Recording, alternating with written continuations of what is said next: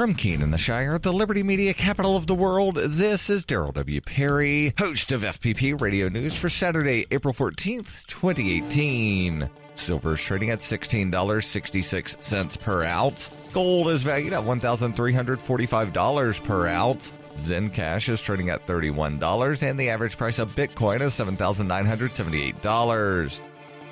Antiwar.com reports mere minutes after President Trump announced that he had ordered the U.S. to attack Syria, reports began emerging from Syria's capital of Damascus that an air war is starting over the city. Explosions had been reported in eastern Damascus, and locals described smoke rising from the area. Within Syria, there is reporting that Syrian air defensives have been fired in and around Damascus, and at least one U.S. missile had been intercepted. Reuters reported there were rumors of a U.S. strike hitting a housing center for the Syrian Scientific Studies and Research Center employees. The SSRC had been sanctioned by the U.S. Treasury Department for involvement in chemical weapons. There are unconfirmed reports of civilian casualties in Damascus. Air defenses are reportedly active in several locations around Syria now. Unconfirmed preliminary reports are that some of the missiles were fired from Jordan, and the Syrian coast is thus far quiet. U.S. planes and ships are said to be involved. Quiet on the coast may not be for long, however. With both Britain and France joining the operation, there are already reports of British warplanes taking off from Cyprus, presumably part of the attack. French and British naval assets have been en route to the area for several days.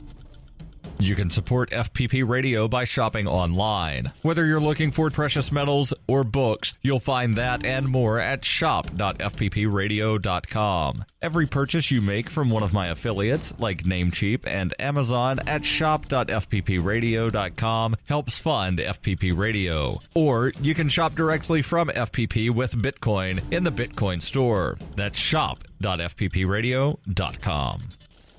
UPI reports a federal judge in Philadelphia has ruled that limousine drivers for Uber Technologies are independent contractors and not the company's employees under federal law, the first ruling of its kind on a crucial issue for the ride-hailing company. District Judge Michael Belson on Wednesday said San Francisco-based Uber does not exert enough control over drivers for the limo service, Uber Black, to be considered their employees under the Federal Fair Labor Standards Act. The drivers work when they want and are free to nap, run personal errands, or smoke cigarettes in between rides. The legal classification of workers has been a major issue for the so-called gig economy companies that rely on independent contractors. Uber, in particular, has been hit with dozens of lawsuits in recent years claiming that its drivers are employees and are entitled to minimum wage, overtime, and other legal protections not afforded to independent contractors. An Uber spokeswoman said the company is pleased with the decision. Many of the cases filed against Uber have been sent to arbitration, but the plaintiffs in the Philadelphia case were among a small minority of drivers who had opted not to sign arbitration agreements with the company. Jeremy Abbey, a lawyer for the plaintiff, said he would appeal the ruling to the Philadelphia-based 3rd U.S. Circuit Court of Appeals.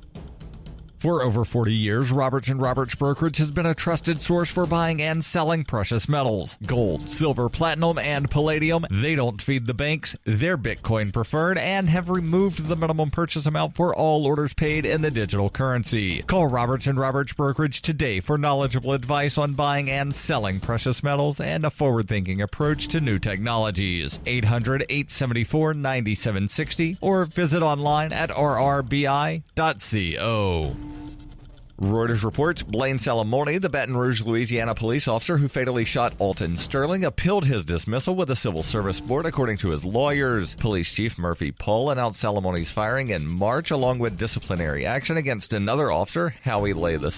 At the time, police also released footage of the body cameras the two officers wore the night of Sterling's shooting. The graphic videos of the 2016 shooting show Lake was the first to arrive at a convenience store after police received reports of a man matching Sterling's description selling CDs and threatening another man with a gun. Salamone arrived a short time later and immediately yelled at Sterling, "Don't bleeping move or I'll shoot you in the bleeping head." Police shot Sterling twice with a taser before he fell to the ground. On the ground, Sterling appeared to struggle again, and one officer yells that he's found a gun while searching Sterling. Salamone then fired 6 shots, killing Sterling. John McLendon, Salamone's lawyer, said he appealed to the Municipal Fire and Police Civil Service Board, which oversees personnel issues with the police department. The appeal says the termination was not made in good faith and for cause and calls for a public hearing. The Civil Service Board is comprised of 3 civilians, a representative of the police department, and a representative from the fire department.